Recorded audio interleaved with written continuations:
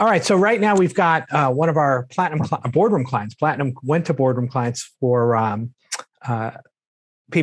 clients of ours that are over 7 figures and scaling, where the conversations in that group are really around how do I take myself more out of the business, scale a real business, a firm that can run without me. So Lance has been with us over probably 2.5 years now. Yeah. Started as a platinum client. I think when you started, it was just you and a recruiter, or one, if I'm going from memory, or 2 recruiters. No, there was probably about 5 of us. Yeah, there was. Okay. Yeah. Because maybe our conversations were around kind of the persons that you were trying to get into more operationally involved. That's why I had that number. So kind of when you came on, what were some of your biggest challenges? Is that they related to scaling your company, and what did you put in place to kind of smooth all that out? Yeah, well, I'd say there were two key things. One was around hiring and having a really solid hiring and training and onboarding process that was really easily replicatable and duplicatable and really worked, and that allowed us to hire people so that we could grow, and what kind of people to hire and all that, everything around it. And so that was one of the real key things that we've tackled over the previous, whatever it's been, 2 years, is not only getting that system in place, but also implementing that system and being able to hire some really great people that have helped us scale big time.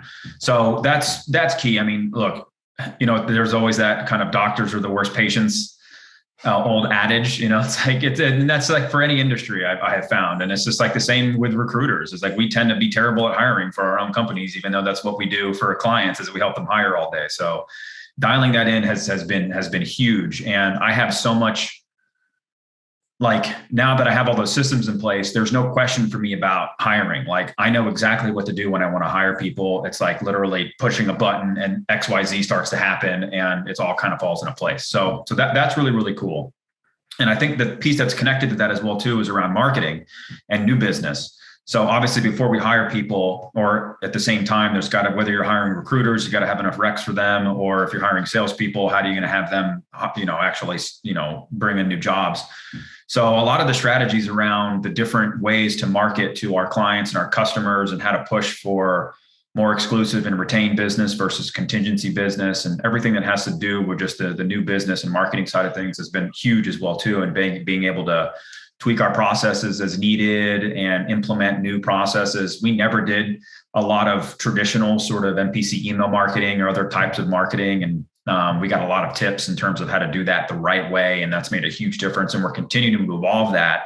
And that's becoming a real big new business channel for us as well. So I'd say those were two. I mean, there's other things that really I could speak to, but the hiring and the new business are the two. So if you were talking to an owner that had a recruiter or 2 recruiters, maybe he hasn't hired his or her first recruiter yet, what are some of the things you want to make sure are in place to do it so that it doesn't take because everyone thinks the reason I don't hire, it takes too much time and too much money.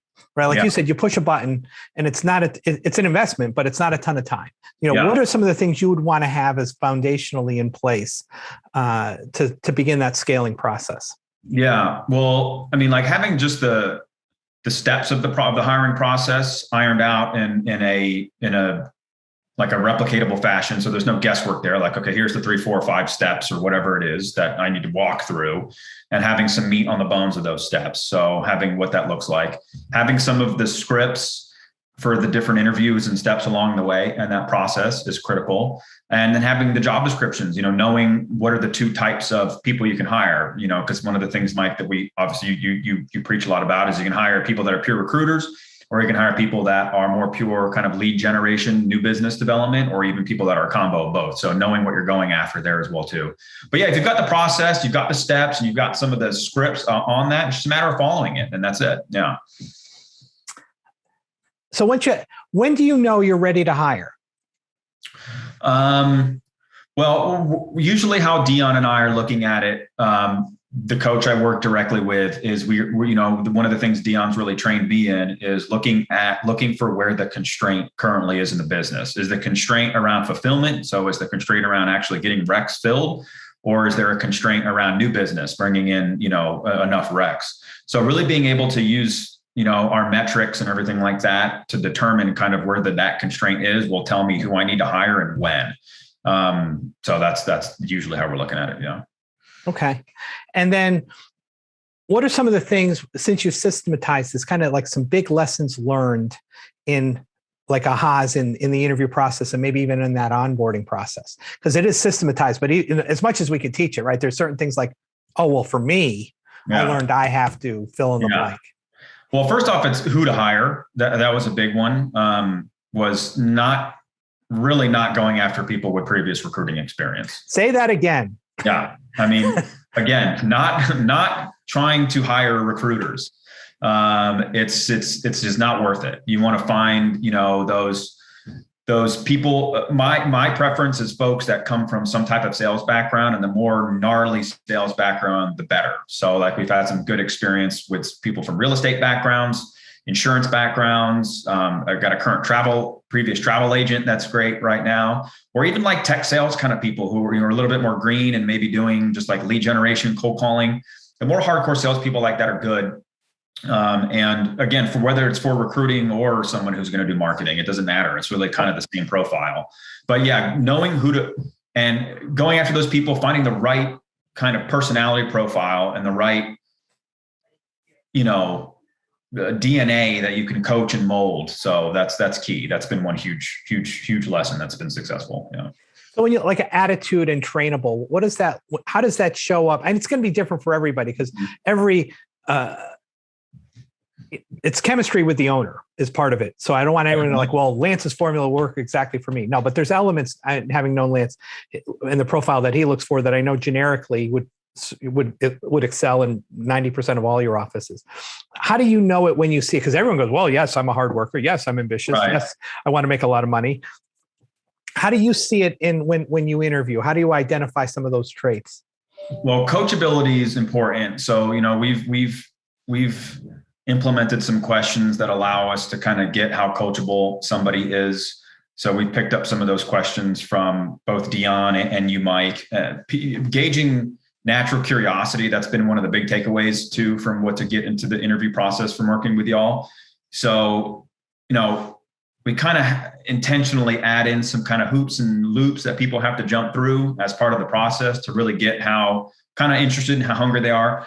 And then places too that leave people the opportunity to answer questions, to see what kind of questions they ask. And if they even do ask questions, which is a real good gauge of their sort of natural curiosity. So there's been a few trim tabs that we've learned to put into our interview process that allow for that, to kind of gauge that. Okay, awesome. Yeah. And then a couple of big lessons learned in the kind of the onboarding process. Yeah, having a system is again, having that mapped out is really, really important. So kind of what you're doing day 1, day 2, day 3, and we've gotten a ton of that structure from you all, and we've obviously tweaked it for our own purposes. But ton of that structure is so important so that it's really a step-by-step type of thing. But one of the key lessons has also been not to overload people when you start them. I used to do that a lot. I'd kind of train someone on like everything on their first couple of days. And I think I may have swung the pendulum the other way a little bit too much by like giving people too little and just like throwing them to the wolves. So there's a happy medium there, I think. But definitely it's better to give people just enough to get rolling. Yeah. It's like get them going and then start sharpening the pencil versus give them a whole bunch of information that's going to overwhelm them and that they're not even going to remember it anyway. And then, all that. So that's been a real big lesson that's made onboarding simpler and more effective. That's what I found too. I took like a month down to 2 weeks, down to a week, down to like a day and a half exactly. of like training just to get them started. And then just in time training as they go along. Yeah. What about accountability? What did you put in place with that to keep them on track to make sure they're successful in those critical first couple of weeks? Yeah. Well, tracking metrics has to be part of just the kind of DNA of the organization, and is part of ours. We track everything. And so getting people, in there, they're just going to giving people simple metrics to hit, and while they're ramping up, like not giving somebody complicated things to accomplish, but we measure every step of the pipeline along the way. So you just get people doing some of that basic activity consistently when they start off, and as they ramp up, then they start just being held to account for the later stages in the process as they get ramped up. Yeah. But we track everything. Everybody tracks everything. That's one of the things they get trained in first day, is how to track all their results and stuff. And a lot of people that are kind of here at the event and then maybe watching this recorded even later, like metrics is something, one, I was dragged there whining and moaning. I think you were already kind of there as a much more skilled entrepreneur than when I started tracking metrics. But from a standpoint of everyone, like, especially when it's scaling, you hear owners going, well, they're adults, I don't want to micromanage, what's your philosophy from a scaling standpoint using metrics for predictable income and revenue? Yeah. Anyone who doesn't want to track metrics doesn't understand why to track metrics. So anybody that's listening to this, if you think metrics have to do with micromanaging, you just have an inappropriate relationship to metrics. So metrics are not designed to micromanage people. Metrics are designed to produce reliable results. And metrics are also designed to, when someone is underperforming, to be able to point you in the right direction to where you can solve the problem. So, because, when you're metrics are a scoreboard, right? So not tracking metrics in your business is like playing basketball and not keeping track. Like, that's the dumbest thing you could do. Like, why are you imagine like pro athletes not tracking anything? It'd be the most boring thing in the world to watch people play if you weren't tracking anything, and nobody would know how they're doing. You'd be like, who's winning? I don't know. So that's, to relate to metrics as a scoreboard is the most important thing. And to relate to tracking all the statistics and all the ratios and everything the same way that professional athletes track all their metrics and statistics. They track all that so they can see how people are doing in different areas. And if something goes awry, then they know where to go fix that thing. So that's when you relate to metrics that way, you can then also say, hey, you can work with employees to say, hey, Mr. Employee, how much money do you want to make this year? Hey, I want to make, 100 grand this year. Awesome. Here's all of our standard kind of conversion metrics that we have. Let's see what you need to do every day to accomplish that. And it gives people a real roadmap as well, too. So when employees get connected to that, their metrics are also their roadmap to their goals, then like they want to track their metrics. They want to see how they're doing. They want to know what they have to do to win and all that kind of stuff. So that's just, I think that kind of sums it up. I always love hearing, because Dion and I and all the other coaches, we preach it. I always want, people that aren't using it you said it brilliantly. You have an inappropriate relationship to the numbers. Yeah. Because you're using it. And even though I grew up in a franchise, they did talk about it, but they used it as and it is culturally, I think, in our industry, going back 50 years, a whipping tool. It's never enough. Get back on the phone, on the phone versus, to your point, it's a roadmap. You want to make $100,000 a year. You need to talk to 6 candidates and 3 prospects, and you need to arrange 2 interviews a week. And if you do that every week, even when the deal blows up, you're on track for 100 grand.